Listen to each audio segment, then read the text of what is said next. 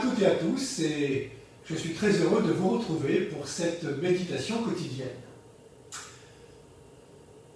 L'Évangile nous dit aujourd'hui, vous avez appris qu'il a été dit, eh bien moi, je vous dis.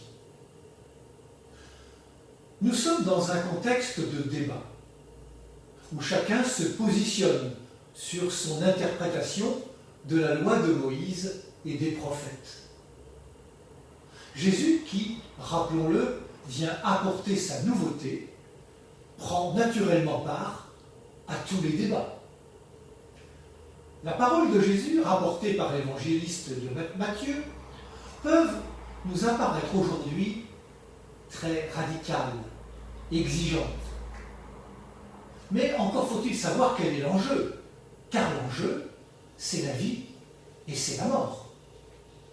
C'est la vérité dans les relations, c'est la vérité de nos actes et de nos paroles, vis-à-vis de soi-même, vis-à-vis des autres, vis-à-vis de Dieu lui-même, si nous sommes croyants.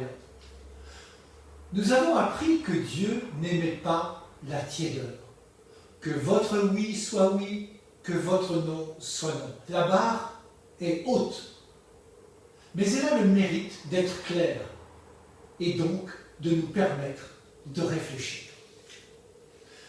Dans les propos de Jésus, il n'y a pas de place pour nos petits arrangements intérieurs qui nous font souvent relativiser nos agissements. Dans ce domaine, avouons-le, nous sommes assez doués. Il est plus difficile d'être vrai, il est plus difficile d'être juste. Difficile d'être cohérent et ajusté entre ce que nous pensons en conscience et les actes que nous posons. Pour Jésus, pas de place aux faux semblants. C'est la vie qui est en jeu. Ce qui compte pour Jésus, ce n'est pas ce qui paraît aux yeux des hommes et des femmes, c'est le fond des cœurs. Ce qui peut souiller une personne humaine, ce n'est pas son corps, c'est son esprit, son désir, son intention profonde. En parlant, comme il le fait dans l'Évangile, Jésus veut nous parler de respect profond de soi-même, du respect de l'autre sexe, de la noblesse de l'amour, de la grandeur et de la beauté, de l'engagement dans le mariage.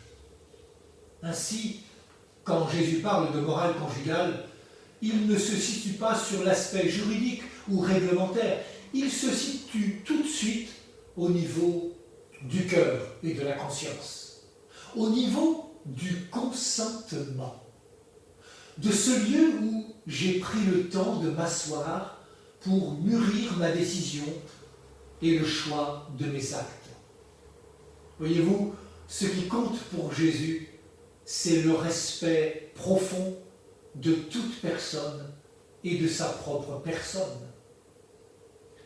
Il suffit de le suivre pour voir combien il passe ses journées à faire le bien, à encourager, redonner confiance, guérir, pardonner, redonner sa place à une personne rejetée par la société ou par la religion de son temps.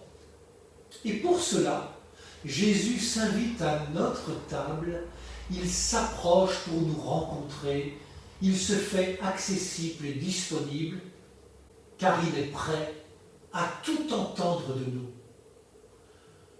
Quand Jésus provoque en disant que si mon œil m'entraîne à la chute, il faut l'arracher, c'est pour affirmer que rien en moi ne doit retenir ce qui pourrait porter atteinte à une personne. Le mensonge, le désir pervers, la seule satisfaction de mes désirs, de mes pulsions, l'emprise. Jésus veut qu'on s'attaque à la racine du mal. Toute relation est faite pour grandir, s'épanouir. N'oublions jamais que Jésus connaît notre cœur et qu'il sera toujours à nos côtés en cas de chute, de maladresse, de raté, de péché. Il est venu non pour ceux qui se croient justes, mais pour les malades et les pécheurs. Et sa miséricorde est plus grande que notre cœur. Nous pouvons donc cheminer dans l'exulgence qu'il nous offre. Et je voudrais terminer par l'extrait d'une chanson d'un de mes amis décédé du Covid-19, un capucin. C'est du fond des cœurs que naît toujours la guerre, c'est aussi du cœur que doit germer la paix. Bonne journée à toutes et à tous.